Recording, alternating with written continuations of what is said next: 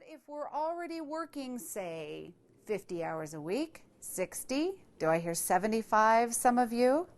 How can I achieve the same results in terms of my visibility and my value, the worth of my contributions to my career, to my organization, or to my employer, and yet still get that work done in a reasonable period of time, say 40 or 50 hours, get out of the office and get home to my life. So whatever time you're working now, I would love for you in the next, say, 6 weeks to 6 months, be able to reduce that by 20%. If you're working a 50-hour week, let's get it down to 40.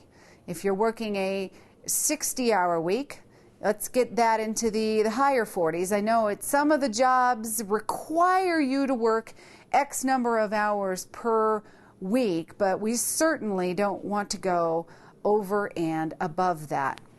I cover so much more on this topic, Leave the Office Earlier, in my book that was just released May 2004 by Random House, titled the same, Leave the Office Earlier. You can get it in any bookstore.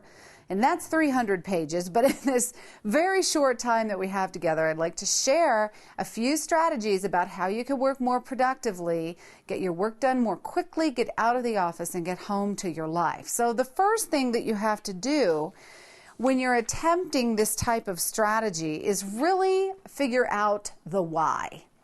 You see, I think the why is really the driver in all that we do. And that if the why is strong enough, we manage to figure out a way to make things happen. For example, let's say that I had $1 million in a suitcase, and it was about, an hour from your home.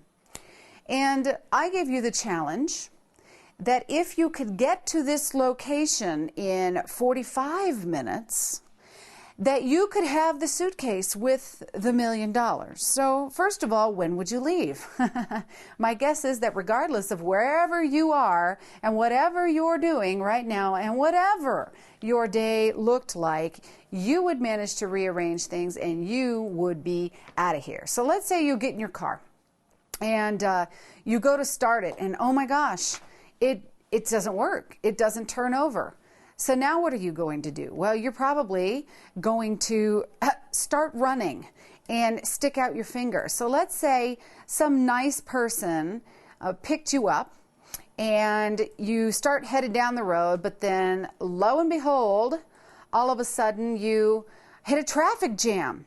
And so you're stuck and you can't go anywhere. Now what are you going to do?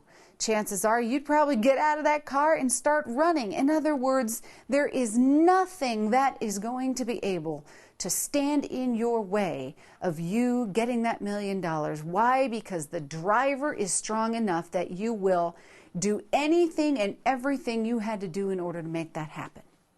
Now, what's the problem with this? Well, let's say you have a dentist appointment. What happens? Someone calls and they want to see you at exactly that same time. So what are you going to do?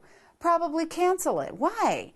Because the motivation isn't strong enough. You have not put your own needs ahead of everyone else's. And bottom line, you have not put the needs of your family in the order in which you are going to recognize them.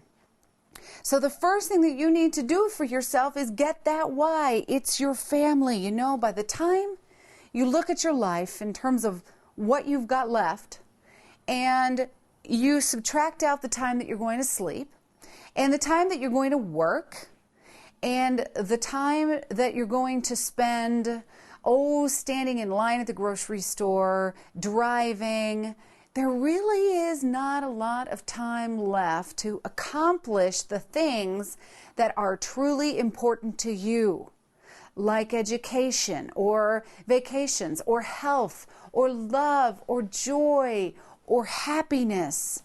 All of the things that at the end of your life you will reflect back upon and say, wow, that was a significant event in my life. And if your events are all crowded out by work, that will never happen.